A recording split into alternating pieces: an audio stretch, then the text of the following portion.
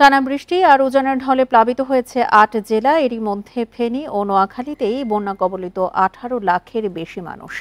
ফেনীতে বন্যা ও ঢলে নতুন করে পানি ঢুকতে শুরু করেছে সদর উপজেলায়। এদিকে ফুলগাজী, পরশুরাম ও ছাগলনাইয়ায় বন্যা কবলিত ৩ লাখের বেশি মানুষ। পৌর শহর সহ বন্যা কবলিত ৩ উপজেলায় বুধবার থেকে বন্ধ আছে বিদ্যুৎ সংযোগ। উদ্ধারে কাজ করছে সেনাবাহিনী, নৌবাহিনী, কোস্টগার্ড ও বিজিবি। বৃষ্টি অব্যাহত আছে নোয়াখালীতেও। জেলার ৯টি উপজেলায় ১৫ লাখ মানুষ পানিবন্দী। এদিকে কুমিল্লায় গোমতী নদীর পানি বিপদসীমার উপর দিয়ে প্রবাহিত হওয়ায় বেড়ি বাঁধের ভেতর সব গ্রাম তলিয়ে গেছে। তলিয়েছে ১৪ গ্রাম ও নাঙ্গলকোটা উপজেলাও। পানিবন্দী ১০ লাখের বেশি মানুষ। এছাড়া চট্টগ্রাম, খাগড়াছড়ি, মৌলভীবাজার ও লক্ষ্মীপুরেও বন্যা ও জলাবদ্ধতার দুর্ভোগে পড়েছে কয়েক লাখ মানুষ। এদিকে পানি প্রবেশ করায় গতকাল থেকে বন্ধ আছে আখাউড়া স্থলবন্দরের কার্যক্রম।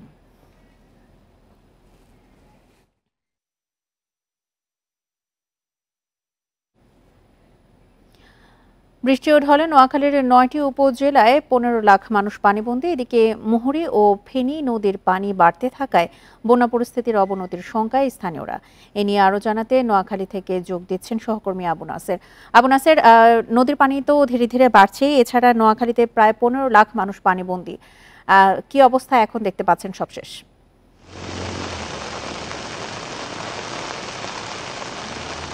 নোয়াখালীর অবস্থা গত ৫০ বছরে এতটা খারাপ হয়নি, এতটা নাজুক হয়নি, এতটা দুর্বিষহ জীবনযাপন করে নোয়াখালীর বাসিন্দারা। কি শহর কি গ্রাম, অলিগলি থেকে শুরু করে গ্রাম থেকে শহর পর্যন্ত, সরকারি অফিস আদালত থেকে শুরু করে রাস্তাঘাট, বাড়িঘর সবকিছু পানির নিচে তলিয়ে আছে। আমি যদি একটু দেখাই, নিশ্চয়ই দেখতে পাচ্ছেন আপনারা, এখন জেলা প্রশাসকের কার্যালয়ের সামনে এই সড়কটির পরিস্থিতিটা। এই সড়কটি জেলা প্রশাসকের কার্যালয়ের সামনে, এখানে পানি আর পানি। এই যে জেলা প্রশাসকের কার্যালয় দেখা যাচ্ছে, এখানে কি পরিমাণ পানি, স্বাভাবিক কাজকর্ম সব ব্যাহত হচ্ছে। এবং এই জেলা প্রশাসকের কার্যালয় নয়, শুধু সামনে পুলিশ সুপারের কার্যালয়, সিভিল পরিস্থিতিতে এই এলাকার মানুষ গত ৫০ বছরে পড়েছে, তারা বলতে পারছে না। এবং সবচাইতে বড় কথা হচ্ছে যে রান্না করা যাচ্ছে না, কোথাও থাকার জায়গা নেই। অনেকেই বাড়িঘর ছেড়ে বিভিন্ন শিক্ষা প্রতিষ্ঠানে এবং আশ্রয় কেন্দ্রে ঠাঁই নিয়েছেন।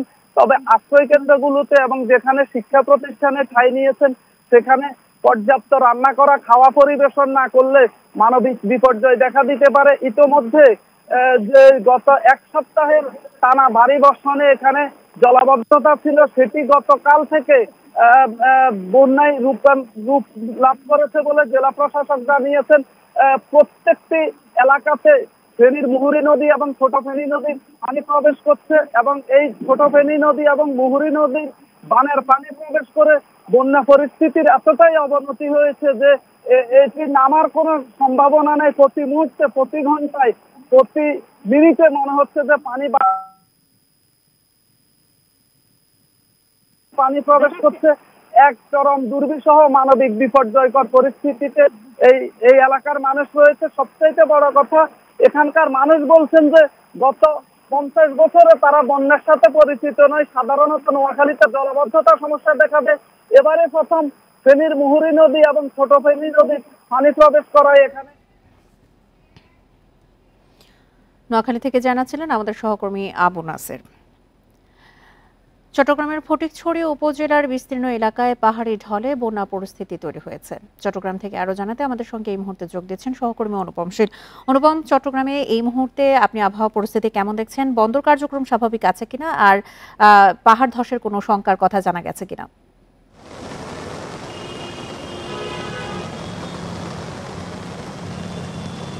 তার আগে আসলে চট্টগ্রাম শহরের চিত্র একটু আগে দেখাতে চাই। গত মঙ্গলবার থেকে মূলত চট্টগ্রামে মাঝারি থেকে ভারী বৃষ্টি হচ্ছে থেমে থেমে, এবং আমি এখন আসলে ওয়াসা মোড় এলাকায় আছি এবং আমার পেছনে আপনি দেখতে পাচ্ছেন যে একেবারে চট্টগ্রাম শহরের মূল সড়কে গুলোতে এখন এই, এবং স্বভাবতই বুঝতে পাচ্ছেন যে চট্টগ্রামের যে নিচু এলাকাগুলো আছে সেখানকার পানির অবস্থা আসলে ঠিক কিরকম। ঠিক একই রকম ভাবে গতকাল রাত থেকে অব্যাহত বৃষ্টি হচ্ছে। সকালেও আমরা দেখেছি যে সকাল থেকে কোনো না থেমেই এই বৃষ্টি হচ্ছে। ফলে আসলে চট্টগ্রামের যে সমস্ত নিচু এলাকা আছে সেই নিচু এলাকাগুলোতে এই ধরনের জলাবদ্ধতা পরিস্থিতি তৈরি হয়েছে। তবে এই মুহূর্তে আসলে কর্ণফুলী নদীতে জোয়ার শুরু হচ্ছে এবং যদি এই বৃষ্টি চলমান থাকে তাহলে কিন্তু জোয়ারে আরও বেশি এলাকা এইভাবে জলাবদ্ধতায় পড়বে বলে জানিয়েছে সংশ্লিষ্টরা। এর বাইরে চট্টগ্রাম নগরের বাইরেও কিন্তু 3টি উপজেলা, বিশেষ করে ফটিকছড়ি, রাউজান এবং হাটাজারি, এই 3টি উপজেলায় বিস্তীর্ণ এলাকা পানিবন্দী অবস্থায় আছে। পাহাড়ি ঢলে বন্যা পরিস্থিতি সেখানে তৈরি হয়েছে এবং ইতিমধ্যে প্রায় 2 লাখ মানুষ, আমরা জেলা প্রশাসনের কাছ থেকে যেমনটা তথ্য পেয়েছি তাতে 2 লাখ মানুষ এই বন্যার কারণে সরাসরি এখন পানির নিচে তলানো অবস্থায় আছে। এবং এই সমস্ত এলাকায় বিশেষ করে ফটিকছড়ি উপজেলায় ইতিমধ্যে 4টি আশ্রয় কেন্দ্র খোলা হয়েছে এবং ফটিকছড়িতেই আসলে সবচেয়ে বেশি বন্যার পানি এখন প্রায় প্রত্যেকটি ইউনিয়নই ফটিকছড়িতে পানিবন্দী অবস্থায় আছে।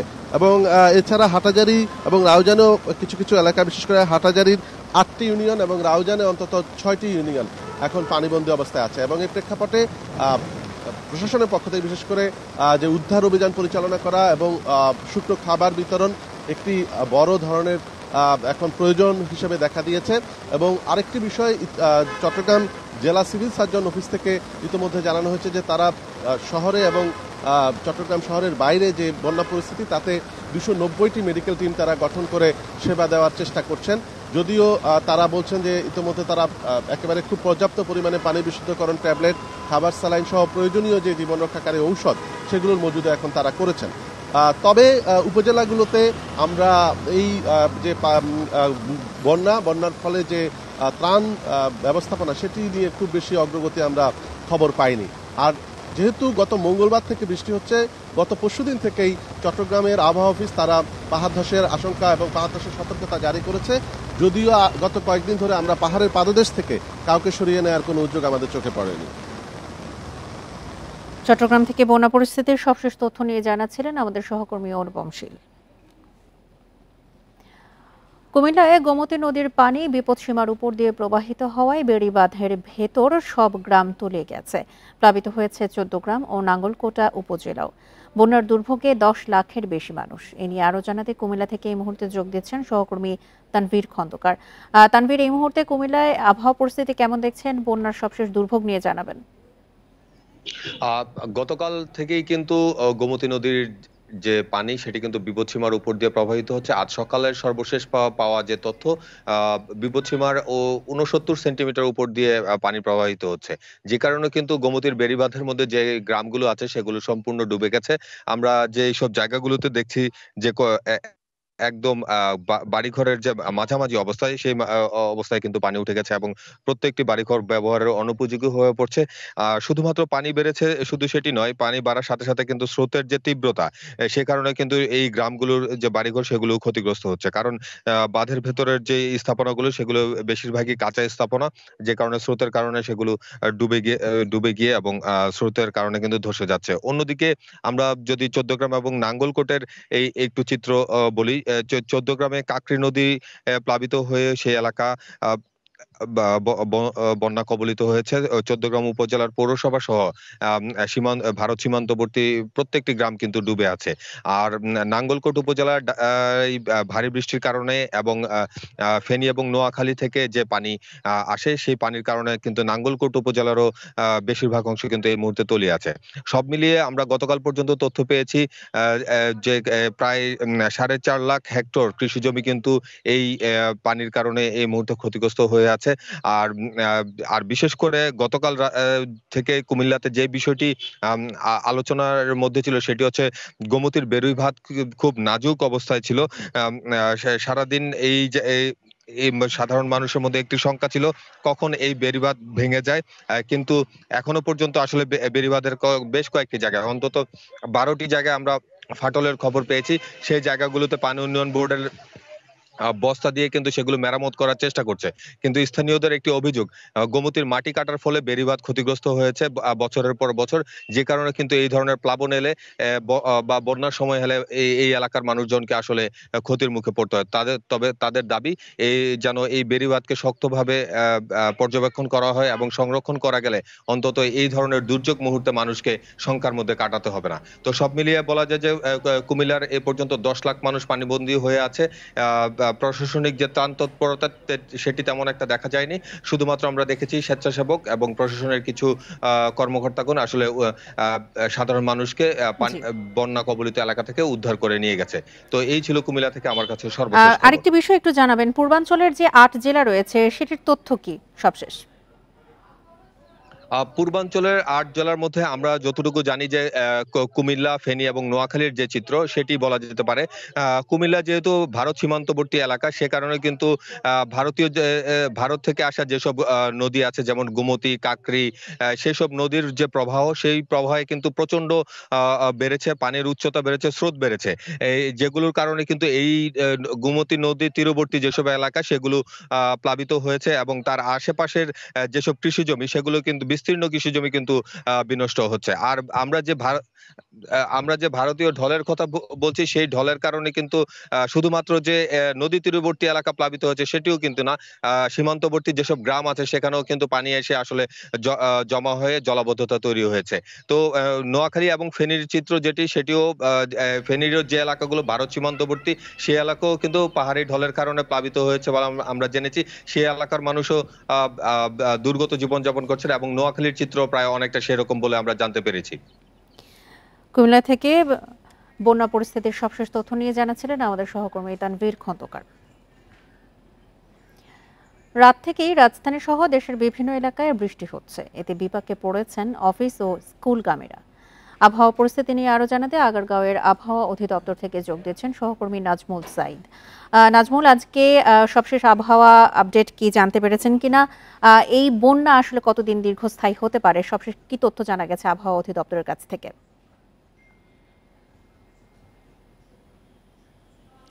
দেখুন, যদি আজকের ওয়েদারের কথা বলি, আমরা যে তথ্য পেয়েছি যে গত ২৪ ঘন্টায় ঢাকায় ৪৩ মিলিমিটার বৃষ্টি হয়েছে এবং বলা হয়েছে যে গুড়ি গুড়ি বৃষ্টি হবে দিনভরই, সেটি এখনো হচ্ছে আর আকাশ মেঘাচ্ছন্ন থাকবে সেটাও আছে। আমরা ঢাকার বাইরে যদি তথ্য যদি আমরা জানতে চেয়েছিলাম, গত আগামী ২৪ ঘন্টায় যে পূর্বাভাস তারা দিয়েছে, যেটি আমাদেরকে বলেছেন, এবং গত ২৪ ঘন্টার একটি আমরা তথ্য পেয়েছি যে সবচেয়ে বেশি বৃষ্টিপাত হয়েছে চট্টগ্রাম বিভাগ, আর চট্টগ্রাম বিভাগের মধ্যে ফেনীতে সবচেয়ে বেশি বৃষ্টিপাত হয়েছে ৩১২ মিলিমিটার বৃষ্টিপাত। আরেকটি বিষয় আমরা জানতে চেয়েছিলাম যে ফেনী ছাড়া আর কোন কোন জেলায় বেশি বৃষ্টিপাত হয়েছে। এর মধ্যে কুমিল্লার মাঝদিকোটে বৃষ্টিপাত হয়েছে ১৪৪ মিলিমিটার এবং কুমিল্লা সদরে ৮১ মিলিমিটার এবং চাঁদপুরে ৮২ মিলিমিটার বৃষ্টি হয়েছে। আর এই বৃষ্টির ফলেই আসলে আপনারা জানেন যে ফেনী সহ কুমিল্লা বিভিন্ন যে পার্শ্ববর্তী জেলা রয়েছে বা উপজেলা রয়েছে সেগুলোতে বন্যা দেখা দিয়েছে এবং এই বন্যার ফলে মানুষের দুর্ভোগ বেড়েছে।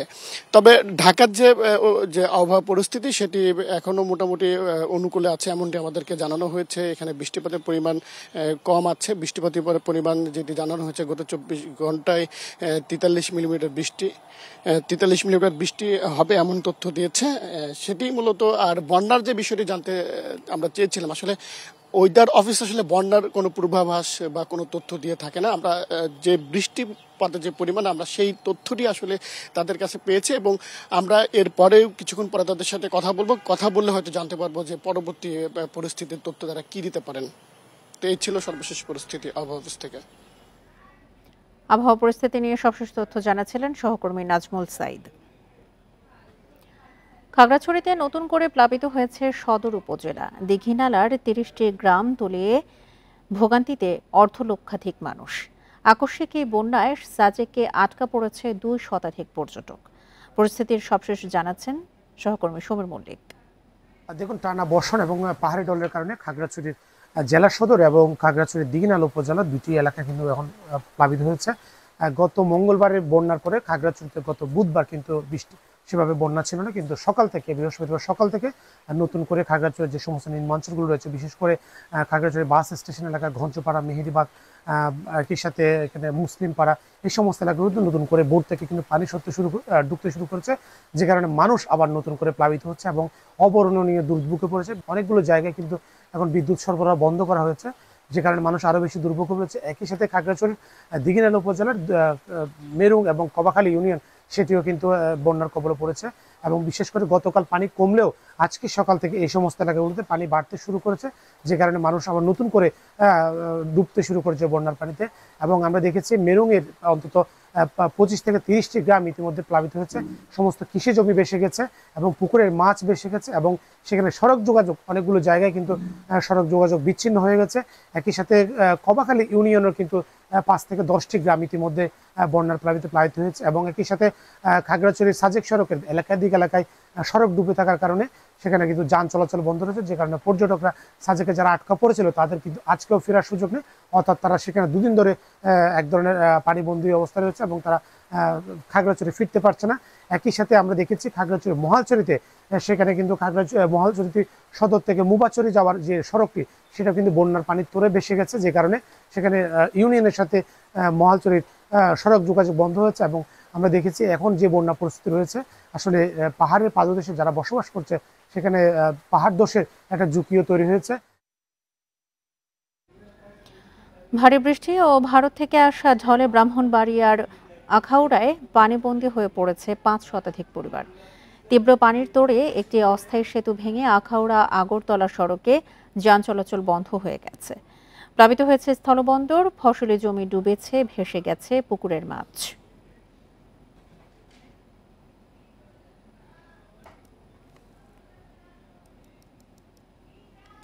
ভারতের ত্রিপুরা থেকে নেমে আসা তীব্র ঢলের পানি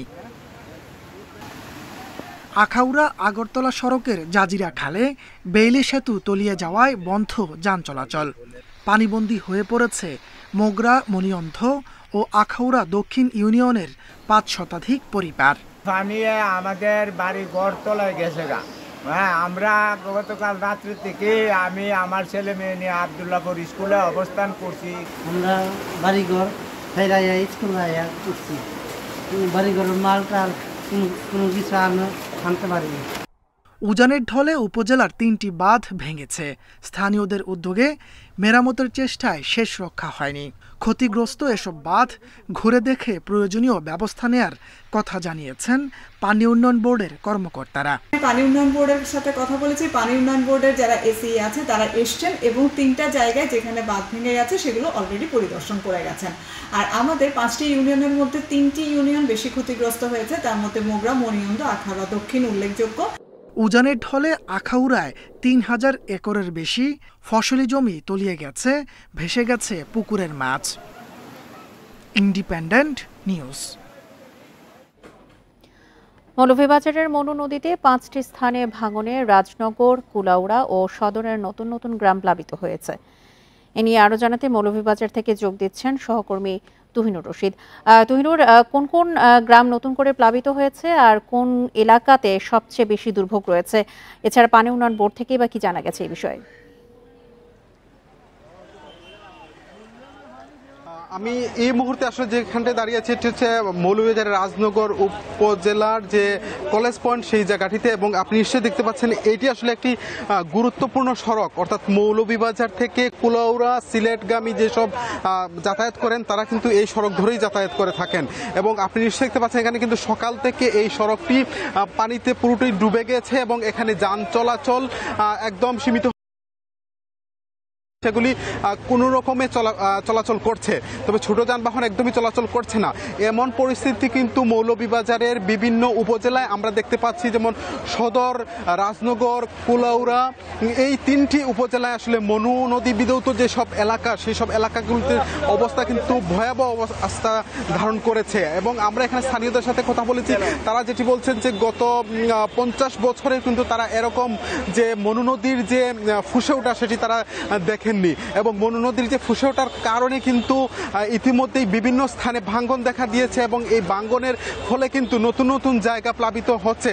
এবং যে জায়গাটিতে কিন্তু পানি সাধারণত ওঠে না সেসব জায়গায় কিন্তু পানি এখন টুইটুম্বুর হয়ে গেছে এবং পানির প্রবল বেগে কিন্তু নতুন নতুন জায়গা প্লাবিত হচ্ছে। এখন পর্যন্ত কিন্তু মৌলভীবাজারের রাজনগর উপজেলার বিভিন্ন গ্রাম নতুন করে প্লাবিত হচ্ছে, অন্যদিকে সদরেরও বিভিন্ন জায়গায় কিন্তু প্লাবিত হয়েছে। এবং যে কমলগঞ্জ উপজেলা রয়েছে সেই কমলগঞ্জ উপজেলার কিন্তু বিভিন্ন গ্রামগুলি ইতিমধ্যে প্লাবিত হয়েছে। অর্থাৎ এখন পর্যন্ত পরিসংখ্যান যেটি সেই পরিসংখ্যানটি বলাটা মুশকিল হয়ে গেছে, কারণ প্রতিনিয়ত নতুন নতুন জায়গা প্লাবিত হওয়ার ফলে এখানকার মানুষজন কিন্তু চরম দুর্ভোগে রয়েছেন। এবং এখানে আমরা দেখেছি যে মানুষজন হঠাৎ করে পানি আসার কারণে তারা ঘর বাড়ি থেকে কিন্তু একদম খালি হাতে সেটি বের হয়েছেন এবং বিশেষ করে তারা কিন্তু এই জিনিসপত্র যেগুলি সেগুলি ঘরের মধ্যে রেখে এসেই কিন্তু তারা নিরাপদ আশ্রয়ের জন্য কিন্তু ছুটে এসেছেন। অর্থাৎ এখন পর্যন্ত মৌলভীবাজারের রাজনগর, কুলাউড়া এইসব এলাকাগুলিতে কিন্তু ভয়াবহ অবস্থা আমরা দেখতে পাচ্ছি এবং যত সময় যাচ্ছে ততই কিন্তু বন্যা পরিস্থিতি আরও অবনতির দিকে ধাবিত হচ্ছে। মৌলভীবাজারে নদী ভাঙনে নতুন নতুন এলাকা প্লাবিত হচ্ছে, এ নিয়ে বিস্তারিত জানাচ্ছিলেন সহকর্মী তুহিনুর রশিদ। এবারে জানাবো অন্যান্য প্রসঙ্গ। আন্দোলন ঘিরে হত্যাকাণ্ড তদন্তে আজ ঢাকায় আসছে জাতিসংঘের ফ্যাক্ট ফাইন্ডিং মিশন। 3 সদস্যের মানবাধিকার বিশেষজ্ঞের দলটি বৈঠক করবে কয়েকজন উপদেষ্টা ও মানবাধিকার কর্মীদের সঙ্গে। বুধবার বিকেলে পররাষ্ট্র সচিব মাসুদ বিন মোমেন আরও জানান, জাতিসংঘের এই দলই তদন্তের কর্মপরিকল্পনা ঠিক করবে। কোটা সংস্কারের দাবিতে শিক্ষার্থীদের আন্দোলনে আইনশৃঙ্খলা বাহিনীর বিরুদ্ধে বল প্রয়োগের অভিযোগ করেছে জাতিসংঘ। সম্প্রতি সংস্থাটির প্রতিবেদন দিয়েছে 16 জুলাই থেকে 11 আগস্ট পর্যন্ত অন্তত 650 জন নিহত হয়েছে। অভিযোগ করা হয়েছে ব্যবহার হয়েছে প্রাণঘাতী আগ্নেয়াস্ত্র। এসব অভিযোগের নিরপেক্ষ ও আন্তর্জাতিক মানের তদন্ত করতে ঢাকায় আসছে জাতিসংঘের প্রতিনিধি দল। OHCHR এর যে টিম আছে led by Mr. Rory Mengoven, উনি Australian national chief of the Asia Pacific section, উনি নেতৃত্ব দিবেন এবং ওনার সাথে আরও 2 জন human rights officers, Miss Livia Consenza এবং মিস্টার আলেকজান্ডার, ওনারা আসবেন। ওনারা থাকার কথা আছে ইনিশিয়ালি 28 আগস্ট পর্যন্ত, তবে ওনারা হয়তো এক্সটেন্ডও করতে পারেন। বিশেষজ্ঞ এই দলটি আলোচনা করবে অন্তর্বর্তী সরকারের সঙ্গে। তারাই মাঠ পর্যায়ের তদন্তকারীদের জন্য কর্মপরিকল্পনা ঠিক করবে। 28 আগস্ট পর্যন্ত নানা জনের সঙ্গে বৈঠক করবে তারা। ইনভেস্টিগেশনটা শুরু হতে যাচ্ছে, সেটার ব্যাপারেই মূলত আলোচনা করবেন এবং মোডালিটিস ইত্যাদি বিষয়ে ওনাদের যে এক্সপিরিয়েন্স আছে হয়তো অন্যান্য দেশেও, সেগুলোর আলোকেই হয়তো করবেন। ইনিশিয়াল টিম হিসাবে ওনারা সব স্টেক হোল্ডারদের সাথে কথাবার্তা বলে যে এক্স্যাক্টলি কোন কোন জায়গায় আমাদের এই কী ধরনের হেল্প লাগবে এবং ওনাদের যে টিমটা আসবে তাদের কর্মপরিধি কী হতে পারে, এটা আমাদের মাননীয় উপদেষ্টাদের সাথেও নিশ্চয়ই আলোচনা। পররাষ্ট্র সচিব আরও জানান, সেপ্টেম্বরে যুক্তরাষ্ট্রে জাতিসংঘের অধিবেশনে যোগ দিতে পারেন প্রধান উপদেষ্টা। নাফিজাতুল্লাহ, ইন্ডিপেন্ডেন্ট নিউজ, ঢাকা। বুলেট কেড়ে নিয়েছে মুখের ভাষা, কেড়ে নিয়েছে স্মৃতি। বাবা মা কেউ চিনতে পারছেন না মোহাম্মদ ইমরান। 4 আগস্ট সাভারে ছাত্র জনতার আন্দোলনের সময় মাথায় গুলি লাগে ইমরানের। প্রাণে বেঁচে গেলেও স্মৃতিশক্তি হারানোর কারণে স্বৈরাচার সরকার পতনের আনন্দ স্পর্শ করতে পারল না তাকে।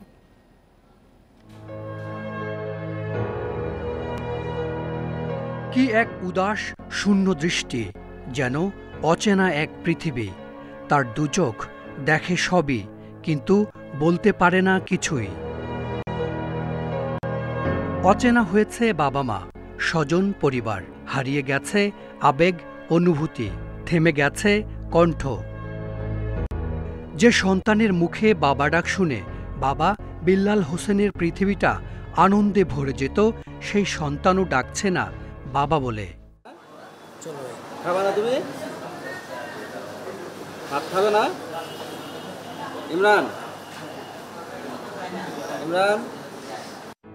ঘটনা 4 আগস্ট সাভারের ছাত্র আন্দোলনে গিয়ে ইমরানের মাথায় গুলি লাগে। স্থানীয় 2 হাসপাতালে চিকিৎসার পর নেওয়া হয় ঢাকা মেডিকেলে। পরের দিন চলে 8 ঘন্টার অপারেশন। ততক্ষণে দেশ স্বৈরাচার মুক্ত হলেও সেই অর্জনের আনন্দ স্পর্শ করতে পারল না তাকে। কেন আমার ছেলে আমার সাথে কথা বলতেছে না, কেন ওর মার সাথে কথা বলতেছে না, কেন ওর ভাইয়ের সাথে কথা বলতেছে না?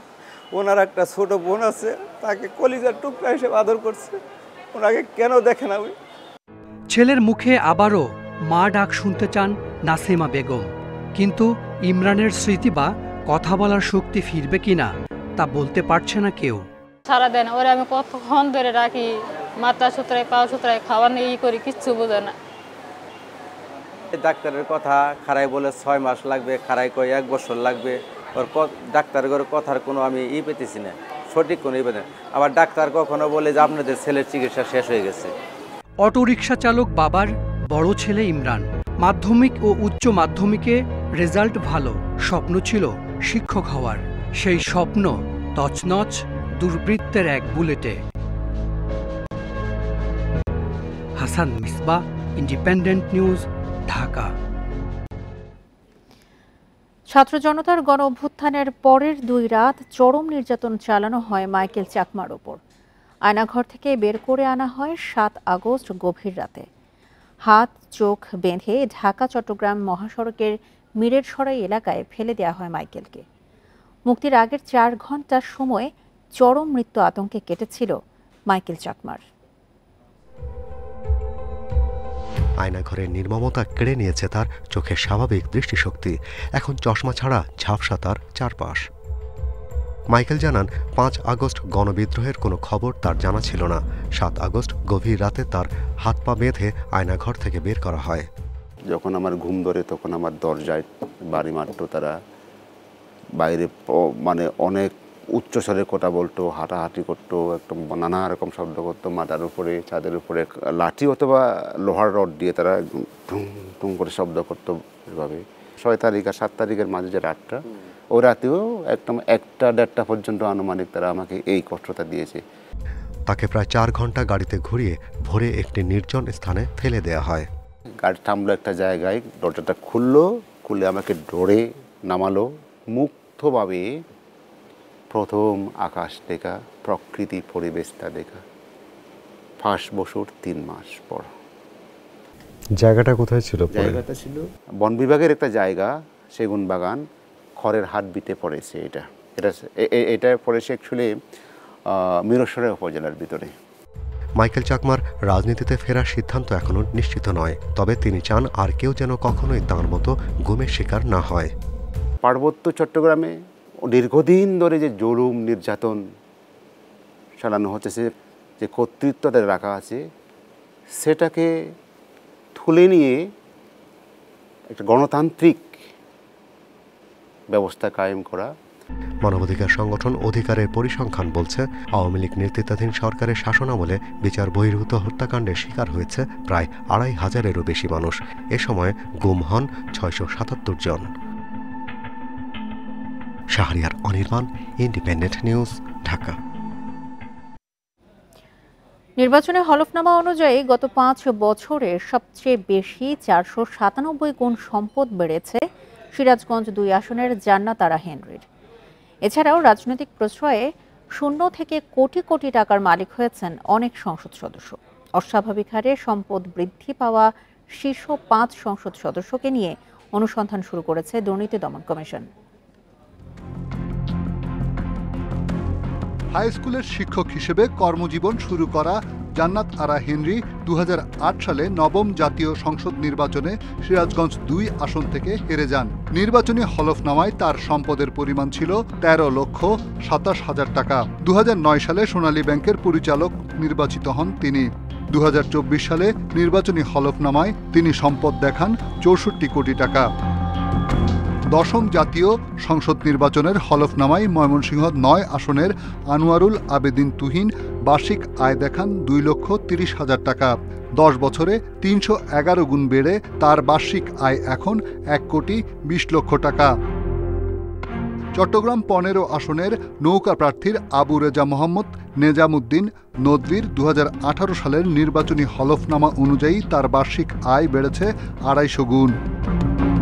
যশোর 3 এর কাজী নাবিল আহমেদ একাদশ সংসদ নির্বাচনের হলফনামায় তার বার্ষিক আয় দেখান 1,26,00,000 টাকা। 2024 সালে তা বেড়ে দাঁড়িয়েছে 35 কোটি টাকায়। সাবেক প্রধানমন্ত্রী শেখ হাসিনার আত্মীয় নূরে আলম চৌধুরী মাদারীপুর 1 আসন থেকে 7 বার নির্বাচিত হন। শেষ 5 বছরে তার সম্পদ বেড়েছে 84 গুণ। টিআইবি বলছে শুধু হলফনামা নিয়ে কাজ করলে চলবে না, কারণ হলফনামার চেয়ে বহুগুণ বেশি অর্থ পাচার বা লুকিয়ে রেখেছে অনেক সংসদ সদস্য। দুদকে যখন একজন ব্যক্তি কমিশনার হিসাবে চেয়ারম্যান হিসেবে নিযুক্ত হন তখন তার কাছে এমন একটা জায়গায় তিনি চলে গেছেন, তার কাছে কিন্তু তার পক্ষে আর কিছু রাষ্ট্রের কাছ থেকে বা কারো সরকারের কাছ থেকে পাওয়ার কিছু অবস্থা থাকে না। কাজে তিনি কেন তার হাতে অর্পিত ক্ষমতাটাকে যথাযথভাবে ব্যবহার করতে সৎসাহস দেখাতে পারবেন না। নির্বাচনের সময় হলফনামা ধরে সংসদ সদস্যদের বিরুদ্ধে অভিযোগের ঝড় উঠলেও কোনো ব্যবস্থা নেয়নি দুদক। এবার প্রভাবমুক্ত থেকে দুদককে কার্যকর ব্যবস্থা নেয়ার পরামর্শ টিআইবির। রিশাদ হুদা, ইন্ডিপেন্ডেন্ট নিউজ, ঢাকা। প্রয়াত চেয়ারম্যান এরশাদের মামলার ভয় দেখিয়ে জাতীয় পার্টিকে স্বাধীনভাবে রাজনীতি করতে দেয়া হয়নি। জিএম কাদেরের অভিযোগ, নানা প্রলোভনে জাতীয় পার্টিকে দুই ভাগ করে দিয়েছে আওয়ামী লীগ। ইন্ডিপেন্ডেন্ট টেলিভিশনকে তিনি আরও বলেন, জাতীয় পার্টি বাধ্য হয়ে শেখ হাসিনার সরকারে অংশ নিয়েছে। 2014 সালের 5 জানুয়ারি অনুষ্ঠিত হয় 10ম সংসদ নির্বাচন। তাতে অংশ নেয়নি বিএনপি। জাতীয় পার্টিও রাজি ছিল না। তখন এরশাদকে নিয়ে শুরু হয় টানা হ্যাচড়া। পরে নির্বাচনে অংশ নিয়ে বিরোধী দল হয় জাতীয় পার্টি। মন্ত্রিসভাতেও স্থান পায় দলটির কয়েকজন, যে কারণে গৃহপালিত বিরোধী দল হিসেবে সমালোচনা করা হয়। এরপর 2018 সালের একাদশ সংসদ নির্বাচনেও 22টি আসন পায় জাতীয় পার্টি। স্পষ্টভাবে কিন্তু বিগত নির্বাচনগুলোর একটিও দায় নিতে রাজি নন জিএম কাদের। তার অভিযোগ, নির্বাচনে অংশ নিতে নানাভাবে বাধ্য করা হয়েছে জাতীয় পার্টিকে। 14তে আমরা নির্বাচন বর্জন করেছি। জাতীয় পার্টির 90% 300 আসনের মধ্যে 270 আসন আমরা উইথড্র করেছি। আমি নির্বাচন বর্জন করেছি, আমাদের লোকজন নির্বাচন বর্জন করেছি। আমাদেরকে আশা সাহেবের যে ভয় দেখিয়ে, তার মামলার ভয় দেখিয়ে, সেই মামলার ভয় দেখিয়ে খুনের আসামি করে তাকে ভয় দেখিয়ে তাকে নির্বাচনে নেওয়া হয়েছে। এগুলো সুযোগ নেওয়া হয়েছে আমাদের বিভিন্নভাবে, তাদের ম্যানিপুলেশন করা হয়েছে। এটাকে বলা হয় মানে ফাউল প্লে আর কি। তিনি মন্তব্য করেন, এভাবে জনবিচ্ছিন্ন করা হয়েছে জাতীয় পার্টিকে। দলের মধ্যে বিভেদ তৈরি করেছেন শেখ হাসিনা। আমাদের দলে ভাঙন সৃষ্টি করা হয়েছিল, যেভাবে প্রেশার সৃষ্টি করা হয়েছে, এবং যেখানে যে ভয়াবহ একটা পরিস্থিতি সৃষ্টি করা হয়েছিল আওয়ামী লীগের আমল থেকে, যে তাদের বিরুদ্ধে আচরণ করলে যে কি দশা হতে পারে সেটা সবাই জানতো। দলটা দুভাগ করেছে শেখ হাসিনা। অতীতে সব ভুল শুধরে সুস্থ ধারার রাজনীতিতে ফেরার প্রতিশ্রুতি দিয়েছেন জাতীয় পার্টির chairman. Mahmudul Hasan, independent News, Dhaka. আলোচিত সমালোচিত এসালম গ্রুপের 12টি প্রতিষ্ঠানের কর ফাঁকির তদন্তে নেমেছে কাস্টমস, এক্সাইজ ও ভ্যাট কমিশনারেট। এতদিন নানা বাধার কারণে এসালম গ্রুপের 2টি প্রতিষ্ঠানের জরিমানা সহ প্রায় 7,000 কোটি টাকার কর আদায় করতে পারছিল না সংশ্লিষ্ট কর্তৃপক্ষ। পরিবর্তিত পরিস্থিতিতে অন্যান্য প্রতিষ্ঠানেরও কর ফাঁকির তদন্তে নেমেছে কর্তৃপক্ষ।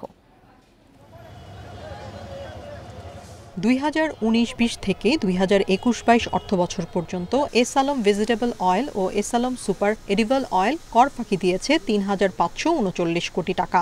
এছাড়া চেমন ইস্পাত ফাঁকি দেয় 140 কোটি টাকার ভ্যাট। পরে জরিমানা সহ প্রায় 7,000 কোটি টাকা পরিশোধে গড়িমসি করে। বর্তমানে গ্রুপের 12 প্রতিষ্ঠানের অনিয়ম ও ভ্যাট ফাঁকির তদন্তে কমিটি গঠন করেছে কাস্টমস, এক্সাইজ ও ভ্যাট কমিশনারেট। এই কমিটি 1 মাসের মধ্যেই প্রতিবেদন দেবে। এসালমের এসব তদন্তের জন্য যে জিনিসটা আমাদের প্রয়োজন, ব্যাংকের থেকে ইনফরমেশন টানতে হয়।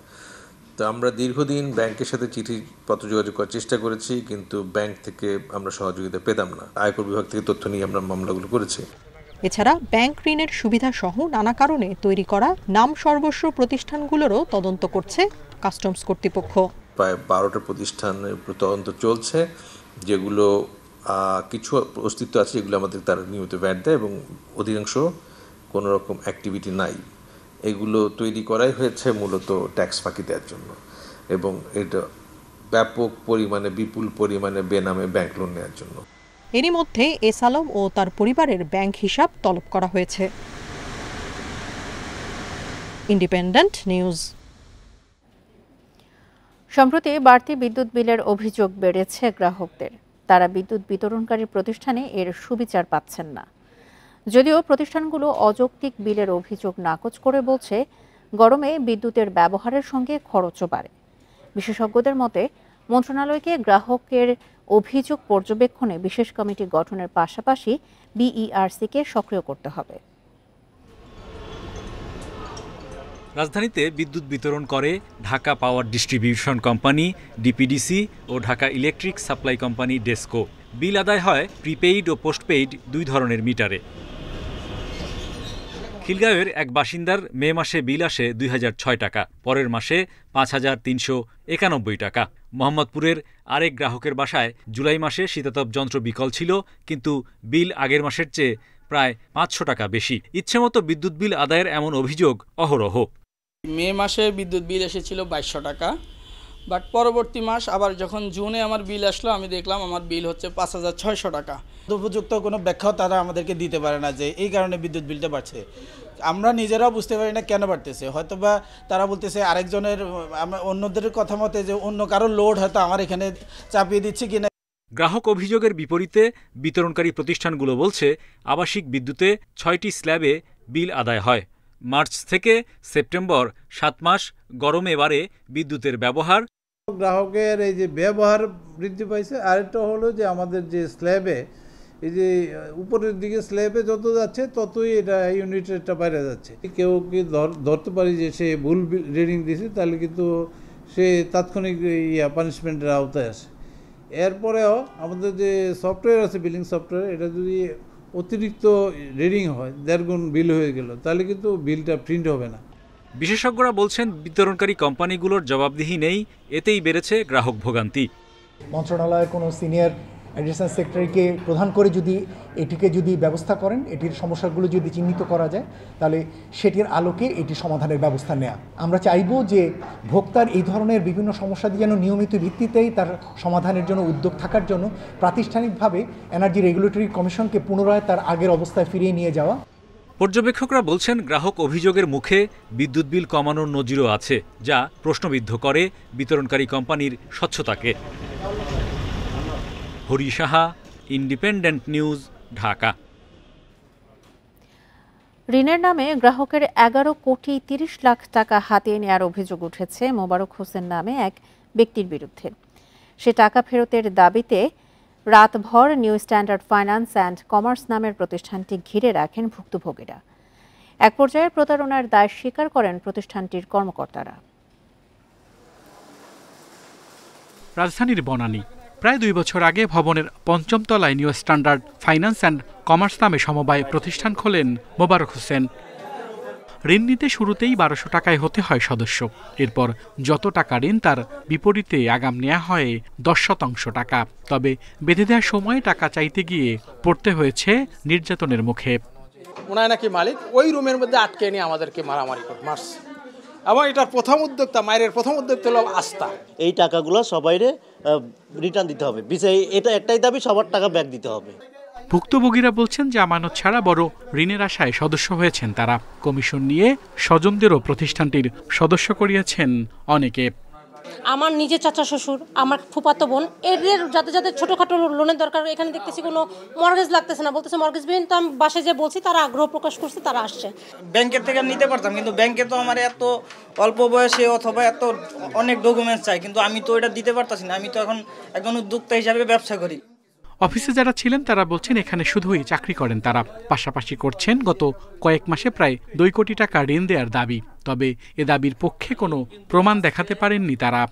প্রতিষ্ঠানের লিগ্যালিটি আছে, আমি পেপারস যতটুকু দেখছি, কিন্তু যে কর্মপদ্ধতি সেগুলো লিগ্যাল ছিল না, কর্মপদ্ধতিগুলো লিগ্যাল ছিল না। এই সম্পর্কে আমি এমডি সাহেবকে বলছি, ওরালি বলছি। ক্লায়েন্টের রেফারেন্সেই আসা হয়েছে, মানে ক্লায়েন্ট দিয়েও আমি আসছি, আমার কিছু ক্লায়েন্টও ছিল। প্রথম অবস্থায় এরকম এতটাই ছিল না, মানে ২, ৪ জন, ৫ জন, ১০ জন এরকম ক্লায়েন্ট থাকতো। এরপরে হচ্ছে আমাদের জিএম স্যার, উনি আসছেন। উনি আসার পরে ব্রাঞ্চ এস্টাবলিশ করা হয়েছে। পুরানা পল্টন সহ রাজধানীতে তাদের শাখা ৭টি আর সারা দেশে ১৩টি। শুধু বনানী শাখায় গ্রাহক প্রায় ২,০০০। এর মালিক মোবারক হোসেনের বিরুদ্ধে আছে এমন আরও ১৫টি ভুয়া সমিতি খুলে প্রতারণার অভিযোগ। আল আমিন হোসেন, ইন্ডিপেন্ডেন্ট নিউজ, ঢাকা। ভোগ্যপণ্যের দাম সাধ্যের মধ্যে আনতে ব্যবসায়ী ও সরকারকে ৭ দিনের আলটিমেটাম দিয়েছে আন্দোলনকারী শিক্ষার্থীরা। বুধবার প্রতিযোগিতা কমিশনে এক বৈঠকে তারা দাম বৃদ্ধির জন্য দায়ীদের শাস্তি এবং বাজার সিন্ডিকেট ভাঙারও দাবি জানান। একই বৈঠকে এফবিসিসিআই বিজিএমইএ এর কমিটি ভেঙে দেওয়ারও দাবি জানান শিক্ষার্থীরা। তেল, চিনি সহ ভোগ্যপণ্যের বাজার নিয়ে প্রতিযোগিতা কমিশনে ব্যবসায়ী প্রতিনিধি, বাংলাদেশ ব্যাংক, শিল্প মন্ত্রণালয়ের কর্মকর্তাদের সাথে বৈঠকে বসেন বৈষম্যবিরোধী ছাত্র আন্দোলনের প্রতিনিধিরা। আলোচনা হয় নিত্যপণ্যের সরবরাহ ও বাজার মূল্য নিয়ে। সভায় এনবিআর ও কেন্দ্রীয় ব্যাংকের কর্মকর্তারা অবৈধভাবে ব্যবসায়ীদের সুবিধা দেওয়া হয়েছে বলে অভিযোগ করেন শিক্ষার্থীরা। টাকা ছাপিয়ে পদচ্যুত সরকারকে প্রায় ৪১,০০০ কোটি টাকা ঋণ দেওয়ার বিষয়টিও সামনে আনেন তারা। বাংলাদেশ ব্যাংকের পক্ষ থেকে আজকে সিদ্ধান্ত নিয়ে যাবেন যে আপনারা কোনো ব্যবস্থা নেবেন কিনা বা আপনারা কোনো ধরনের আইনগত পথে হাঁটবেন কিনা। কয়েকটি চালান বিশ্লেষণে দেখা যায় ৯৬ টাকা কেজি খেজুরের ওপর ১৩০ টাকা দাঁড়ায়। স্বল্পকার খুচরা দাম ৩০০ থেকে ৩৫০ টাকা হয়। ৭ দিনের মধ্যে চিনি ৯০, ভোজ্য তেল ১২০ আর আলু ২৫ টাকার মধ্যে নামিয়ে আনার আলটিমেটাম দেন বৈষম্যবিরোধী ছাত্র আন্দোলনকারীরা। দাম বৃদ্ধির দায় এড়ানোর চেষ্টা করেন ব্যবসায়ী ও কর্মকর্তারা। যে গভর্নমেন্ট রেটে কিন্তু আমাদের ডকুমেন্টস আমরা ভ্যালু কিনতে পারি না, তাতে ১৬০ টাকার দাম আমরা ১১৫-১৬ দিয়ে কিনছি, কিন্তু কি হয়েছে এই কস্টটা আমাদের গ্যাপ থেকে যেত। আমরা একটা গণ অভ্যুত্থান করেছি, সরকারটাকে পরিচালনা করা, মানুষের জনজীবনকে স্বস্তি দেওয়া, স্বাভাবিক করা, এটা আমাদের কাজ না। কিন্তু এই দুর্নীতিবাজ এবং দোষরদেরকেও চিহ্নিত করা, এটাও কিন্তু স্থিতিশীল করার একটা অন্যতম কাজ। সেই জায়গা থেকে আমাদের এটা দাবি, যদি তারা সহযোগিতা না করে আমরা কিন্তু বাংলাদেশ ব্যাংক অভিমুখে কিন্তু আমাদের মিছিল কিন্তু চলে যাবে। দেশের বহু ব্যবসায়ী প্রতিষ্ঠান থাকলেও কেন হাতে গোনা কয়েকটি কোম্পানি ভোজ্য তেল, চিনির বাজার নিয়ন্ত্রণ করে, এমন প্রশ্নে লোকবল সংকটের অজুহাত দেয় প্রতিযোগিতা কমিশনের চেয়ারম্যান। আমাদের প্রতি আপনাদের যে আকাঙ্ক্ষা এই কমিশনের প্রতি, এটা আমি যদি আপনার জায়গায় থাকতাম এই আকাঙ্ক্ষা আমারও থাকতো, কিন্তু আমার সক্ষমতার অভাব আছে। এটা আমি 14 তারিখে ওনাদেরকে বলেছি, তাদের হেল্প চেয়েছি to increase my man power. আমার এটা দরকার, আমার স্বতন্ত্র তদন্ত ইউনিট দরকার। বৈঠকে আগামী ২৪ ঘন্টার মধ্যে বাংলাদেশ ব্যাংকের দুর্নীতিবাজ কর্মকর্তাদের তালিকা প্রকাশ করারও দাবি করে শিক্ষার্থীরা। Shahid Ahmed, independent News, Dhaka. বৈষম্যবিরোধী ছাত্র আন্দোলনের পক্ষ থেকে গণপ্রজাতন্ত্রী বাংলাদেশ সরকারের স্বাস্থ্য ও পরিবার কল্যাণ মন্ত্রণালয়ের সাথে সমন্বয় করে ১৭ সদস্যের স্বাস্থ্য বিষয়ক কেন্দ্রীয় উপকমিটি গঠন করা হয়েছে। বুধবার এক প্রেস বিজ্ঞপ্তিতে এই তথ্য জানায় বৈষম্যবিরোধী ছাত্র আন্দোলন। প্রেস বিজ্ঞপ্তিতে আরও জানানো হয়, কেন্দ্রীয় এই উপকমিটির সব সদস্যকে স্বাস্থ্য ও পরিবার কল্যাণ মন্ত্রণালয়ের পক্ষ থেকে সত্যায়িত আইডি কার্ড দেয়া হয়েছে। নাহিদা বুশরা ইতিকে আহ্বায়ক ও তারেকুল ইসলামকে সদস্য সচিব করে ১৭ সদস্যের এই কমিটি বেশ কিছু জরুরি নির্দেশ পালন করবে। ছাত্রদের পক্ষ থেকে সরকারের সঙ্গে এই কমিটি সমন্বয় করবে বলে জানানো হয় বিজ্ঞপ্তিতে। আন্দোলনে আহত ও নিহতদের তথ্য সংগ্রহ ছাড়াও জরুরি প্রয়োজনে কমিটির সঙ্গে যোগাযোগের আহ্বান জানানো হয় প্রেস বিজ্ঞপ্তিতে।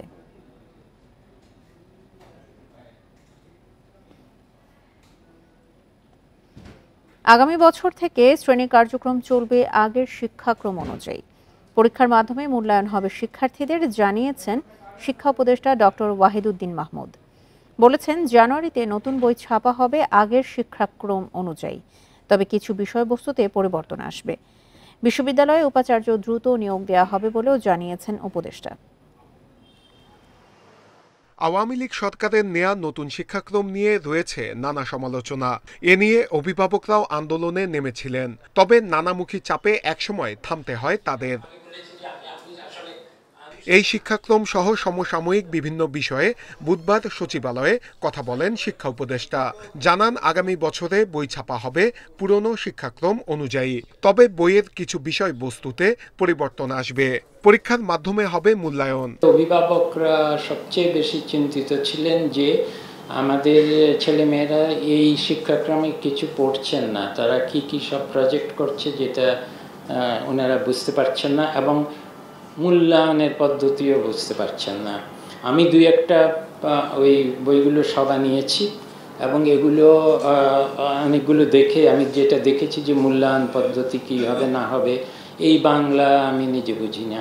উপদেষ্টা জানান সরকারি বিশ্ববিদ্যালয়ে উপাচার্য নিয়োগ হবে দ্রুত। একই সঙ্গে স্কুল কলেজের প্রধানকে জোর করে সরিয়ে দেয়াকে দৃষ্টিকটু বলছেন তিনি। তার মতে কারো বিরুদ্ধে অভিযোগ থাকলে আইন অনুযায়ী ব্যবস্থা হবে।